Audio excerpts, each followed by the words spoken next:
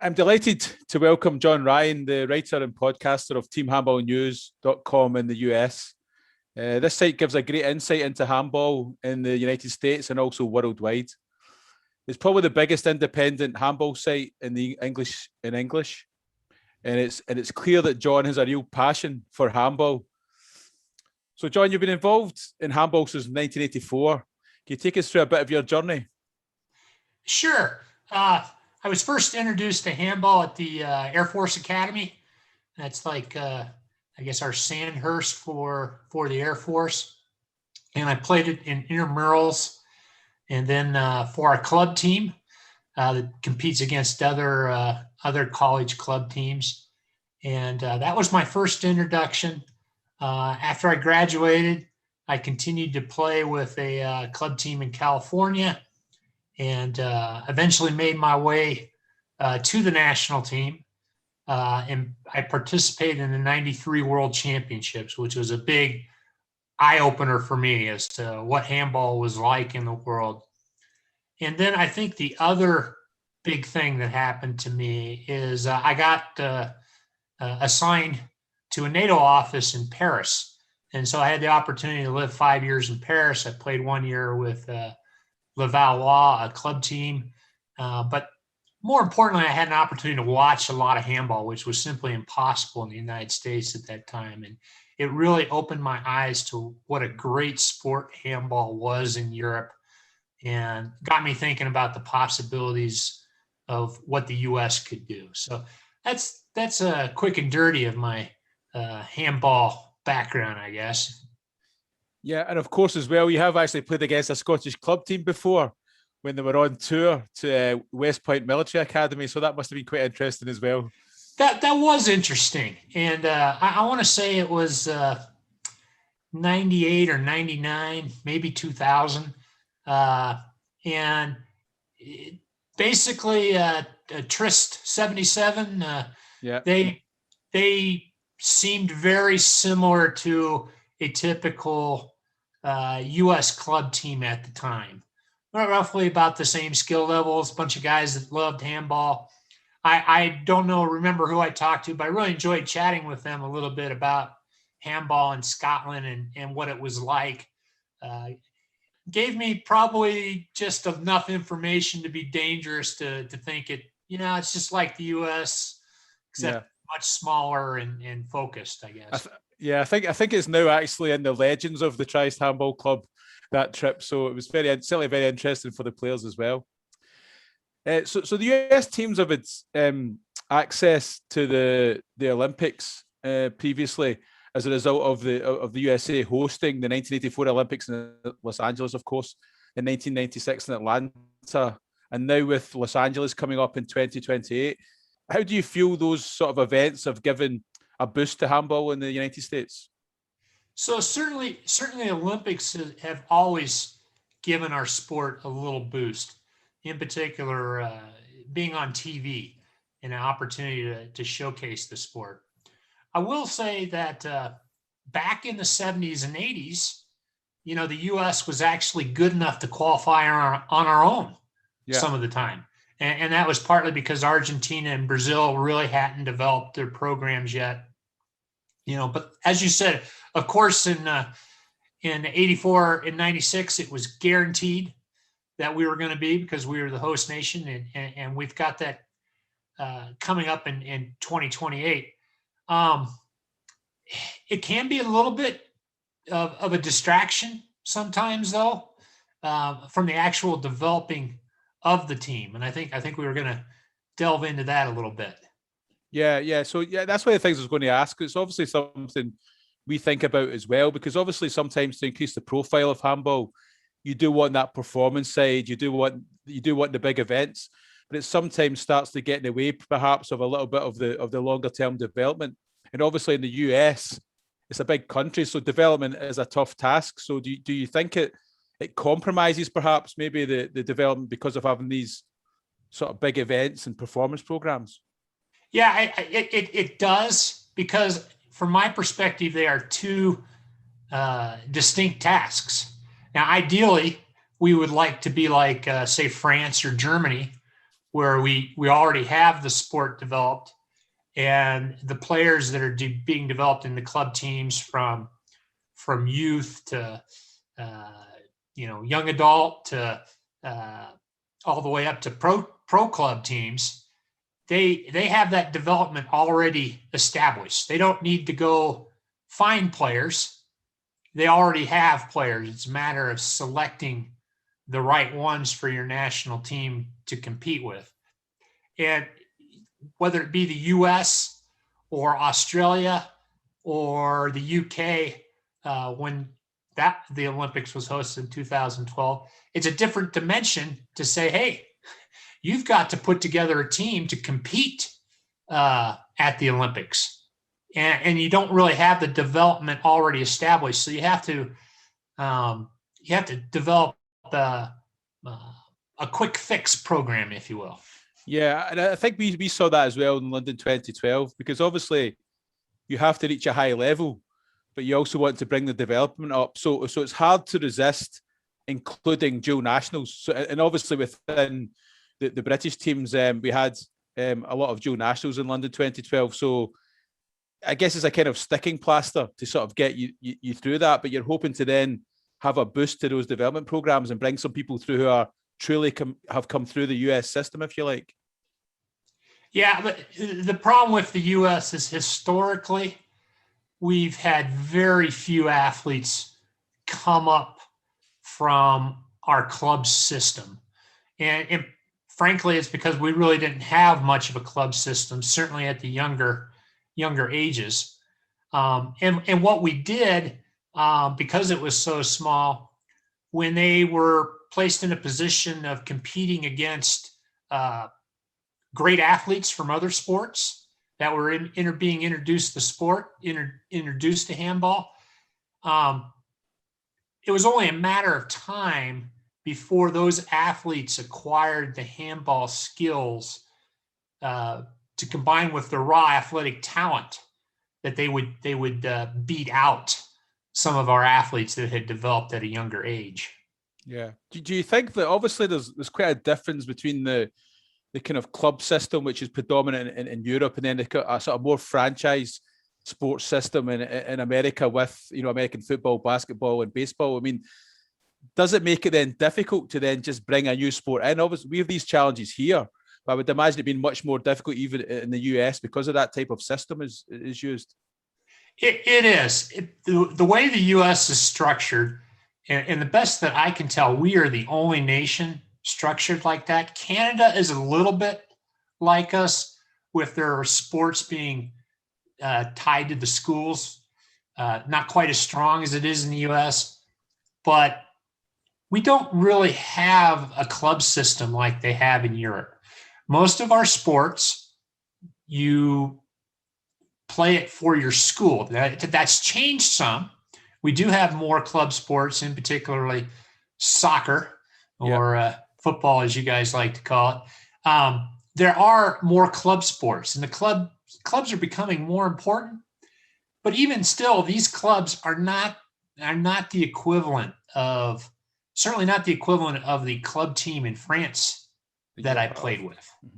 So you have a distinct, separate system, and it's very tough to break into the schools. We've had a few places where some inroads are being made. Martin Bellello in San Francisco has been doing some good work getting handball into schools, and then Craig Roth in Chicago has made some progress. He actually has it more similar to some of our youth club teams that have developed, which is a slightly different model from what you see in Europe. So it leads on to my next question, really, around how do you build development programs? Obviously, you've put a lot in the Team Handball News site over the years about thinking about it. Do you follow the Iceland model? Do you follow these different kinds of models? Do you think it's that kind of concentrated? I mean, it's just the sheer scale of the states that makes it so difficult, doesn't it? But what is that model you think that is the best for the future? So two things there. You referenced what I like to call the Iceland strategy, and that's probably relevant to Scotland. And you can almost call it the Faroe Islands strategy if you want, because they're have put together a competitive team with just 55,000 people. Of course, yeah.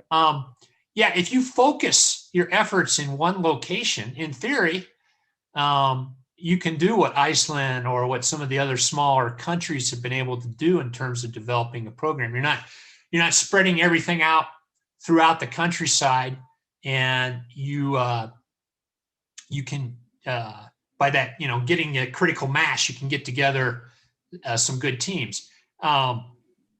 Water polo in the U.S. Was like that for many years, maybe even still to a certain extent. It's mostly a Southern California, maybe Northern California game, but California it's a big state. Yeah. And if you get that amount of people focused on one sport, you can put together a high quality team. So, that's the geographic focus. The problem with this, and I'm sure you'd have it in Scotland as well. If you picked one city, say Glasgow is going to be the handball place, well, Edinburgh might not be real happy about that. Yeah. I mean, it's interesting what you say about it, because even in a country like Scotland with 5 million people, we do actually pick areas where we focus on. So even on our scale, because I think it's like you say, if you build the whole system on a small scale, and I suppose the word is sustainable system on a small scale, then you can in the future start to try and repeat that. But of course, that will take a little bit of a time in the US, I would think. But it seems to be the way forward, though. Yeah.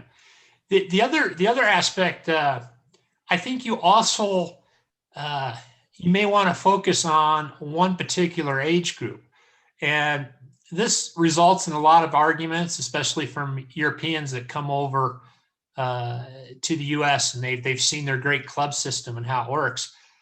I've said that I think it's too hard to focus in with the younger ages. Just the way the U.S. is structured. Okay. I don't think you're going to get your better athletes for sure are going to focus on our traditional main sports. It's hard to convince some younger kid that he is not going to be the next LeBron James or Tom Brady. So you're not going to get those athletes until a later age, and that's why I think in the U.S. I think that our sweet spot of focus, and I know it's older than any European nation does it, but I think our colleges is our sweet spot, ages 18 to 22. And I'll reference USA Rugby. And I don't know how familiar you are with rugby in the U.S. It's not a huge sport here. But if I'm not mistaken, a couple years ago, we were able to get our first Tier 1 victory over a rugby power with a 30-29 victory over Scotland. I look at rugby and what they have done with their huge college programs to start, which is then trickled down. They now have more youth programs trying to get into college programs.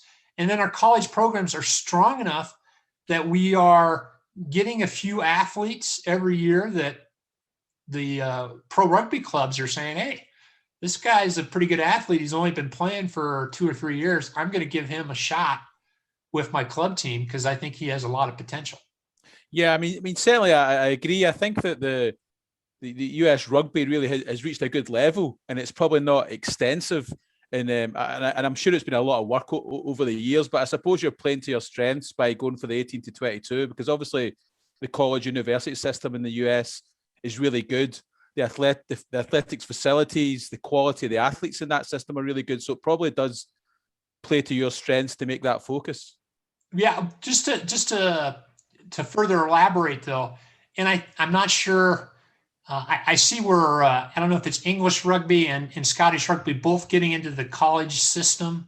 Yeah, I would say we have 2 different types of college competitions in the U.S. We have our NCAA, which I think is what you're thinking about, which is very well organized, pretty well funded.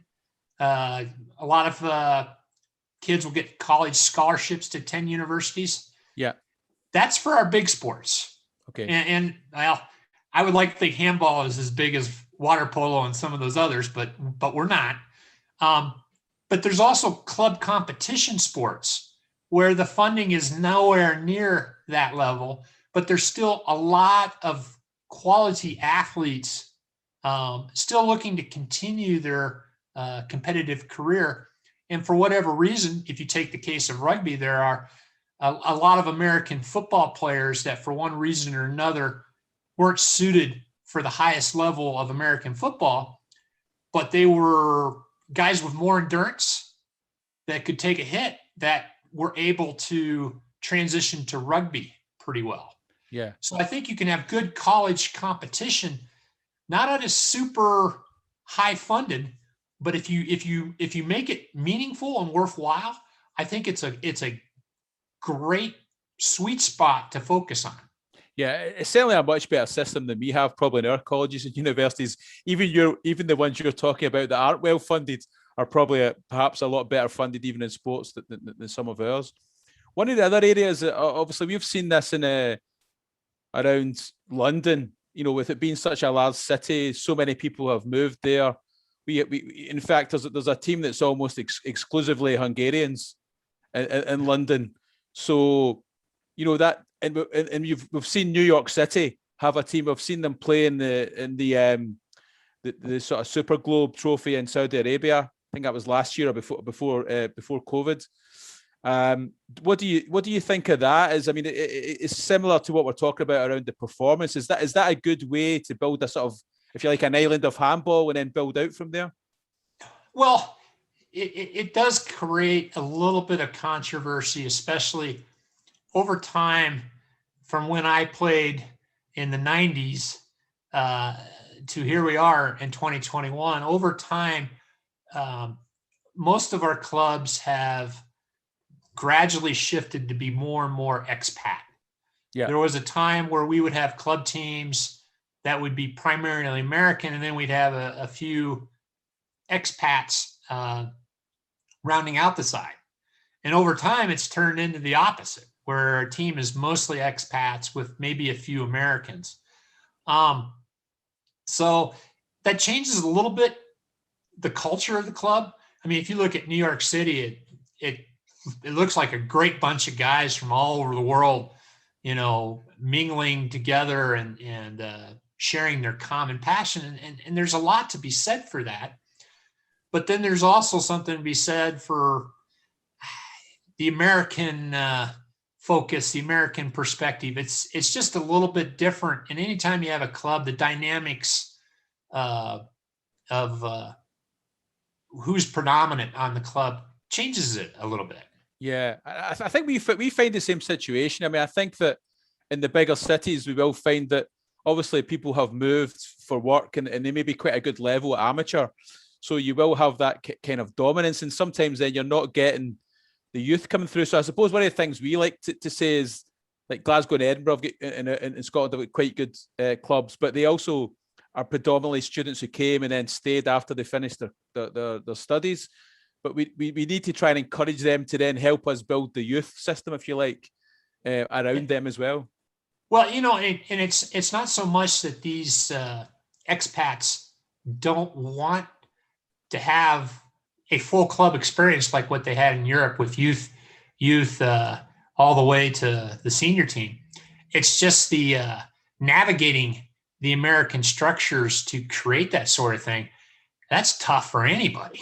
Yeah. It's nearly impossible for someone who's not native to the country. I think though, in first, just as an aside, we had those expat teams when I was much younger, and we would play them. And I'm like, how are these guys killing us? Yeah. Because they'd be doing, we were better athletes. We were younger, but they would just know the sport. And then the ultimate insult, at halftime, they'd be outside all smoking cigarettes. And we're like going, what? Why? How did that happen? Yeah. It's interesting. Yeah. On you go. So sorry. I guess what I was trying to say is they serve two roles. It's great to have that sort of team to kind of show you how to play and to learn. But I think the other thing that countries like Scotland, England need to consider possibility of some types of rules, and this is where it gets really controversial, of limiting the number of expats on a club team. And you know, I understand entirely why an expat club doesn't want that to happen. They've got a great, you know, experience going there. But I look at a club like New York City and I'm like, oh, wow, you know, if I split that up into 2 or 3 clubs and I had a bunch of young Americans learning from those guys, wow, that would be just awesome. But doing that sort of thing, be ready for some pushback if you try that. Yeah, and I think that is, I suppose you're trying to measure their contribution because it's great to have them. It raises the level. You have a lot of people from different countries. It's always very interesting as well to have all these people. But I know that in our friends in England, in the sort of Premier League, they insisted that the clubs there must have a junior team. So they were then starting to look at what's that contribution. So rather than limit the numbers of players, but just try and look at what the contribution is to wider handball, if you like. Yeah, I think, you know, that there has been talk about that from time to time, doing something like that with U.S. clubs too, but it's tough to start a junior program. Yeah. I think if we did that, San Francisco would probably roll away with the title with no one else to play. Yeah, I did see some video of them. I did see some video of the schools playing, which is really good to see. You know, you've been involved a long time. We've kind of discussed the ways of, like, you know, how it could develop. I mean, I've seen some of the discussion you've had recently about the roster for, you know, it was unfortunate you didn't get a chance to go to Egypt with the men's team just because of the COVID situation. But, you know, now in 2021, what are you thinking is the way forward? Like from now with all these different things you've tried and with Los Angeles coming up as well? Yeah, well, we're in an interesting situation here in terms of the dual citizens that we have available to play for the U.S.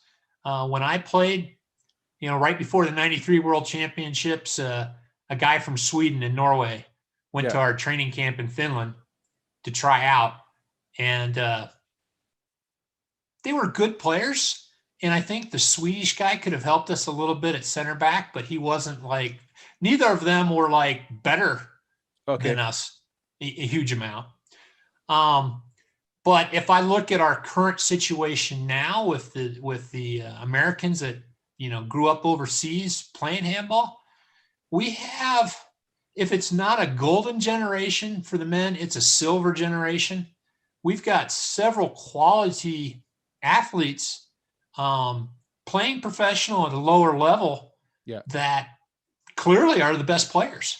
Yeah. I would go so far as to say if I took our team right now to play the 2012 UK team, I'm pretty confident that our men's team is better than that team and would put up a better showing. Yeah, well, they were in that same competition. They were in the Emerging Nations, of course. I can't remember if they met or not in that, but yeah, we were missing some players. We were missing some major players. Yeah, you guys finished better than us, but nothing against your players. Yeah.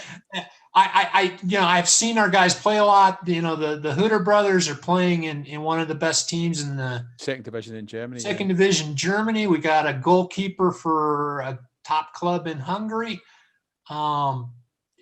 You're definitely looking good. Definitely looking good at the moment. I mean, and in my view, sort of looking at it, it's certainly looking at one of the best teams there's been for a long time. But as you say, in the 80s and 90s, there was even when you were playing that World Championship, you did a 13-9 score at half-time or something against Sweden, and Sweden were the team of the 90s. So I mean, that was a good result. So I think the view from outside is that there's a lot of fantastic athletes. It's just that there's no culture of handball, I suppose.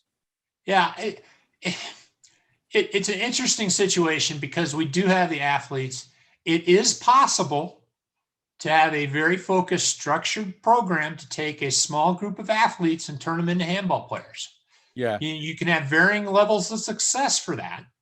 But the reality is that does nothing for your development of the sport, or very little.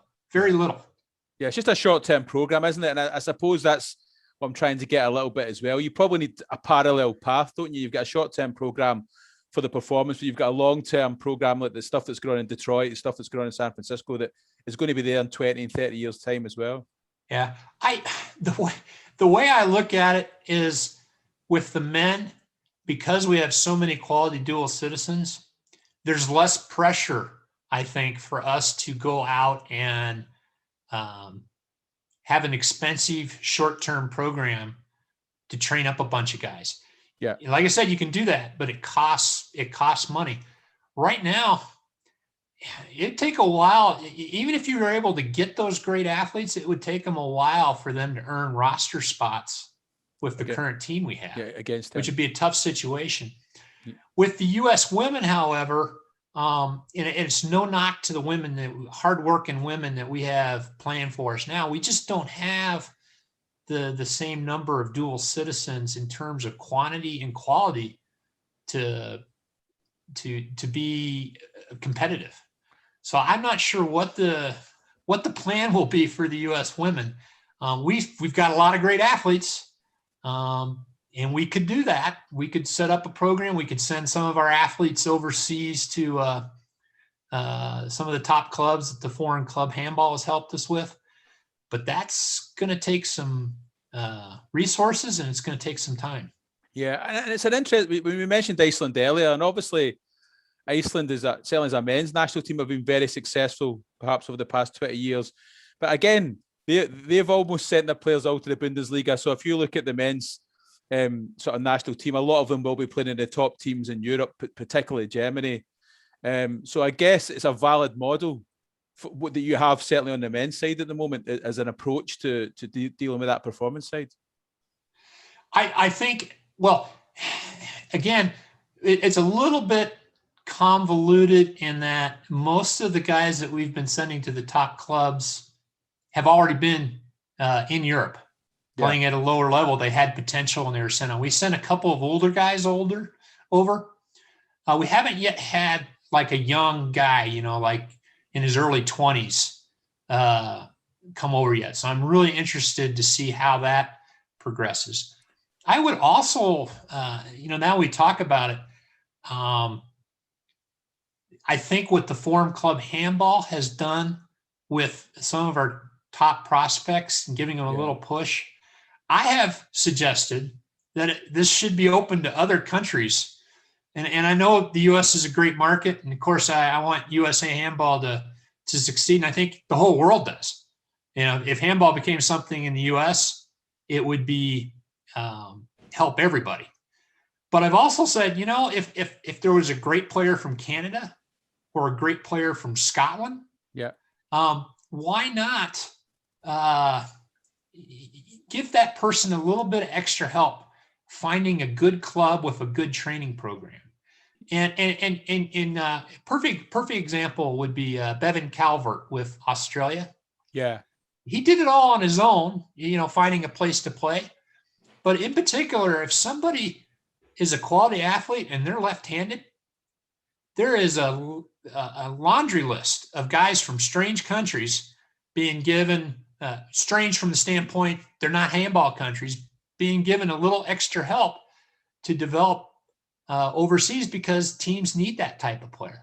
Yeah, I mean, Ben Calvert's done a great job in getting a start and, in the Champions League for Kiel. So, I mean, that's been quite amazing that what he succeeded in. It's an interesting point you bring up there because obviously we both know the origins and the history of handball come from sort of, disputed between Germany and Denmark, who founded it around the early 20th century. But it's always been traditionally sort of Germanic, Scandinavian sport, and it's not been culturally in the English-speaking world. So there's this route, either through, as you say, that the sport to grow has to get into the UK market with 70 million people, 350 million people in the US. So there's much to open up those markets and grow the size of the sport. So, who do you think, which country do you think is on the way to the top the quickest at the moment? or in terms of club or our national team? Well, if I had to say right now, in terms of like the English speaking countries, I really like what, Great Britain has done. Yeah. It didn't start out that way. Like I said, I think there was a lot of focus on the trying to get together teams for 2012, but afterwards, and looking at websites, talking to people can be a dangerous thing compared to actually being on the ground. But I really get the sense that there are a lot more people playing. There are a lot more clubs that have been started, and the right things are being done more slowly now to try and get to that point. Yeah. Now, would I like to see the USA just leapfrog over that? You bet I would. Yeah. It's interesting what you say, because I've obviously been involved for 40 years in Scotland and Great Britain, and I think that there was always a lot of hard work going on. I think here, just like there's been going on in the US, but I do think that the London 2012 gave a much higher profile. And so in our situation, particularly with like school children, the teachers became much more aware because of the TV coverage. Also, I would certainly say the college and university system has really evolved because of that impact. But whereas before 2012, maybe it was much more, sporadic developments, and it's just joined up a little bit more. I think in my view. Yeah. The thing that I would like to see, and I think will be the next inflection point, even if it's just one person, is some British guy signing a contract overseas in progressing up to the top levels. And this is something I've talked to the different European clubs, is that, much like Dirk Nowitzki, a German basketball player, and Tony Parker, a French basketball player. When I was living in France, they had what Tony Parker was doing in the NBA, what all the French players are doing in the NBA. And I think it's important to have an example, somebody to go like, hey, I can be like this guy. And really, I was joking about it with somebody, Dunkirk, right there, just across the water, English Channel, they should find some 6'8" British, left-hander and make it their mission to turn him into a player. And then you guys would have kind of a team and a player to root for. Well, I think it's definitely going in that direction. I mean, there's a couple of players in the Portuguese First Division. There's a Scottish goalkeeper plays for one of the teams in the First Division in Portugal. But I think we probably need to get to that stage of cracking it a little bit like Ben Calvert. I think getting in the Bundesliga in Germany and club-wise starts to show that you're really getting to a high level as a player. And even a country like Estonia, very small, it's got a player as well. I think with Kiel. So it's just chipping away. I guess it takes a bit of time to get to the level. Yeah, and when you find that player has to be given a little extra push, a little extra help to make sure he gets there. We had a great player. He's been the mainstay for our national team for like 20 years. And I firmly believe, and I'm not the only one that has seen him play and said, why is this guy in the German third division? Yeah. He should have been converted to a wing. Separately, Christer All and another guy all said, he reminds me of Luca Bau. Yeah. This was like 10 years ago.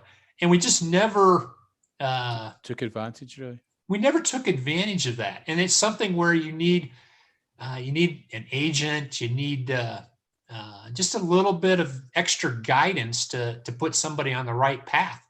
And I if you got that many kids playing, at least what I see on social media now in Great Britain, there's going to be a couple guys, a couple girls, that are going to show that promise, and they need that extra help to help them along that way. They're still going to have to do it on their own, but they're still going to have to do it, but they shouldn't have to do it entirely on their own.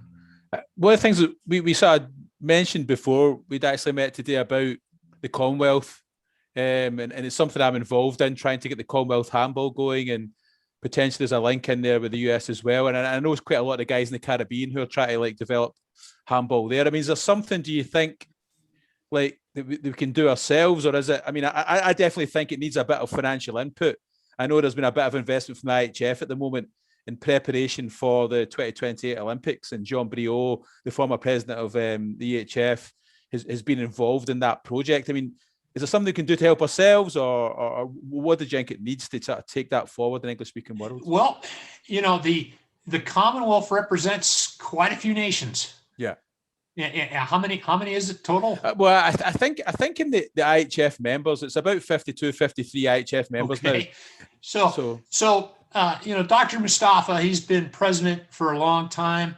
I not sure how much longer he wants to be president, and he's done a lot of, you know, I've had some anytime anybody's in charge, people are not going to be 100% happy with them.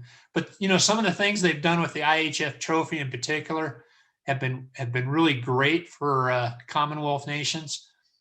But, you know, if those nations were to work together as a block to say, hey, these are the things that we would like, you know, to help our sport, help the sport grow in these countries.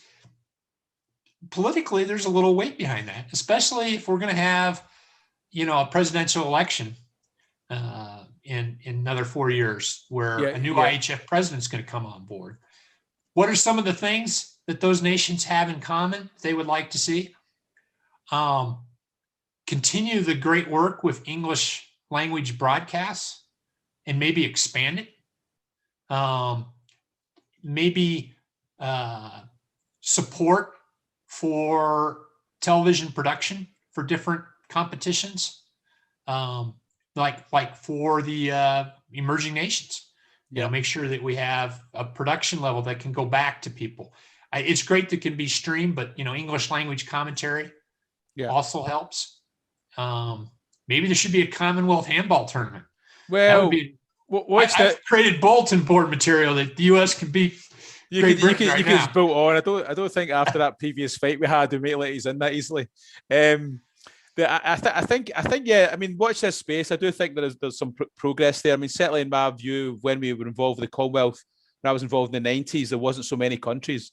But now, fast forward 25 years, there's a lot more development going on, and I suppose we just need that opportunity. And you're right; it just needs the people to see what opportunities are there to help develop it anyway, as well. So I'm looking forward. So thanks for joining me today. I mean, I'm really looking forward to it. I mean, it's a big passion of mine, like yours, to just really get handball somewhere. You know, that I really want to just take it somewhere within my country. I know you obviously are the same within the US, and it's a kind of lifetime mission almost, it becomes, I think. Yeah, it's a great sport. You know, one of the most positive things from the pandemic is just the wealth of streaming opportunities there are now for people to watch the sport. Yeah. That just didn't exist. And I would encourage everyone to take advantage of all those opportunities to watch the sport on a higher level. Yeah, and certainly we're trying to use, and obviously it's hard to make people when it's not on the mainstream media to watch it, but certainly with AHF TV, social media channels, you can show some clips. I mean, we live in a world now where the younger people just want fast video, short clips. 10 seconds is their 10 seconds. Maybe it's tenth of a second. I don't know. Yeah, you never know. Anyway, great to speak to you. So thanks very much for that. It's been really interesting, and looking forward to seeing how the US do once they get to their next major championships, once we're past all of this challenge that the world has at the moment. Hey, thanks, Stephen. It's been great for me as well. Okay, thanks very much.